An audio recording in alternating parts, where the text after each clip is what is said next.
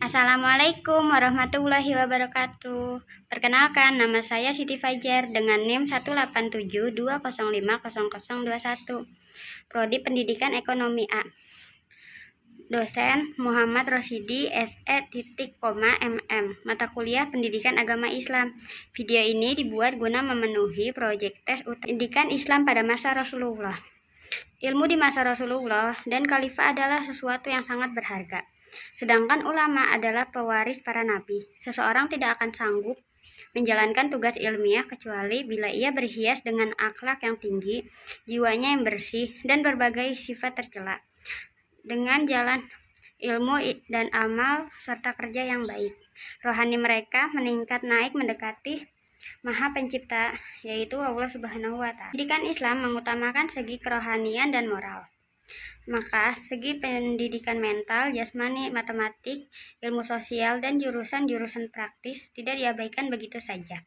Pendidikan Islam sangat memperhatikan bidang keimanan, akidah, dan pencapaian ilmu. Karena zat ilmu itu sendiri pada masa Rasulullah karakteristik ini telah dimiliki, terutama aspek ilmiah, kesusastraan dan kebendaan, walau belum setinggi pencapaian kaum muslimin di masa kejayaannya. Pada periode Mekah, Nabi Muhammad lebih menitik beratkan pembinaan moral dan akhlak serta tauhid kepada masyarakat Arab. Dan bermukim di Mekah dan periode di Madinah, Nabi Muhammad SAW melakukan pembinaan di bidang sosial. Disinilah pendidikan Islam mulai berkembang pesat. Simbol sentra dari wahyu Islam adalah kitab.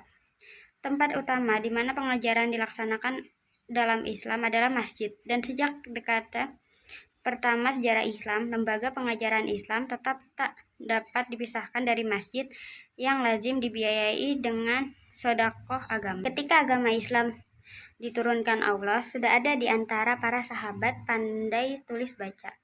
Kemudian, tulis baca tersebut ternyata mendapat tempat dan dorongan yang kuat dalam Islam, sehingga berkembang luas di kalangan umat Islam.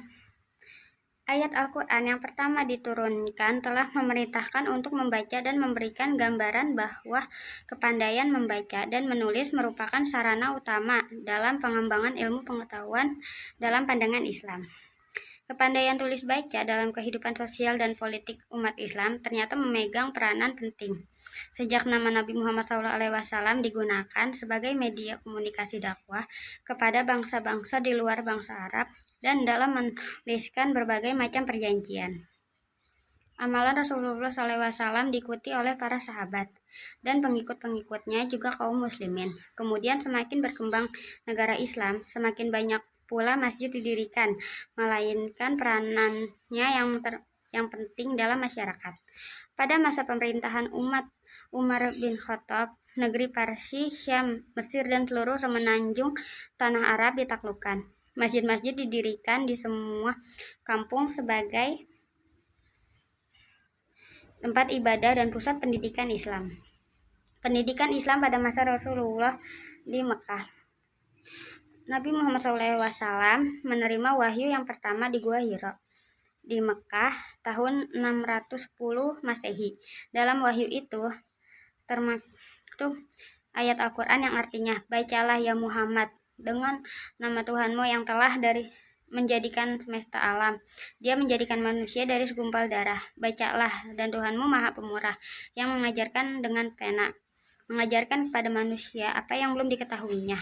Kemudian disusul oleh wahyu yang kedua, maktajub ayat Al-Quran yang artinya, "Hai orang yang berkemul atau berselimut, bangunlah, lalu berilah peringatan, dan Tuhanmu agungkanlah, dan pakaianmu bersihkanlah, dan perbuatan dosa tinggalkanlah, dan janganlah kamu memberi dengan maksud memperoleh balasan yang lebih banyak, dan untuk memenuhi perintah Tuhanmu bersabarlah."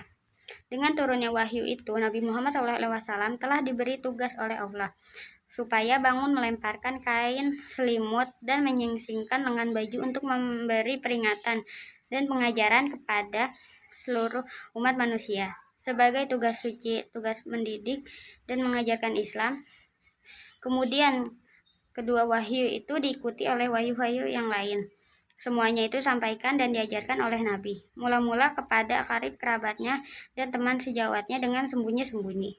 Setelah banyak orang memeluk Islam, lalu Nabi menyediakan rumah Arqam bin Abil Arqam untuk tempat pertemuan sahabat-sahabat dan pengikut-pengikutnya. Di tempat itulah pendidikan Islam pertama dalam sejarah pendidikan Islam. Di sanalah Nabi mengajarkan dasar-dasar atau pokok-pokok agama Islam kepada sahabat-sahabatnya dan membacakan wahyu-wahyu ayat-ayat Al-Quran kepada para pengikutnya, serta Nabi menerima tamu dan orang-orang yang hendak memeluk agama Islam atau menanyakan hal-hal yang berhubungan dengan agama Islam. Bahkan di sanalah Nabi beribadah sholat bersama. Lalu turunlah wahyu untuk menyuruh pada Nabi supaya menyiarkan agama Islam kepada seluruh penduduk Jazirah Arab dengan terang-terangan. Nabi melaksanakan tugas itu dengan sebaik-baiknya. Banyak tantangan dan penderitaan yang diterima Nabi dan sahabat-sahabatnya. Tapi Nabi tetap melakukan penyiaran Islam dan mendidik sahabat-sahabatnya dengan pendidikan Islam. Dalam masa pembinaan pendidikan Islam di Mekah, Nabi Muhammad juga mengajarkan Al-Quran, karena Al-Quran merupakan inti sari dan sumber pokok ajaran Islam. Di samping itu, Nabi Muhammad SAW mengajarkan tauhid kepada umatnya.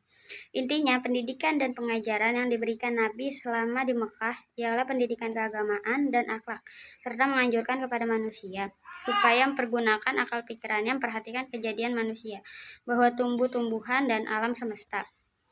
Terima kasih, mohon maaf atas kekurangan dalam video ini. Jangan lupa di subscribe and like and comment.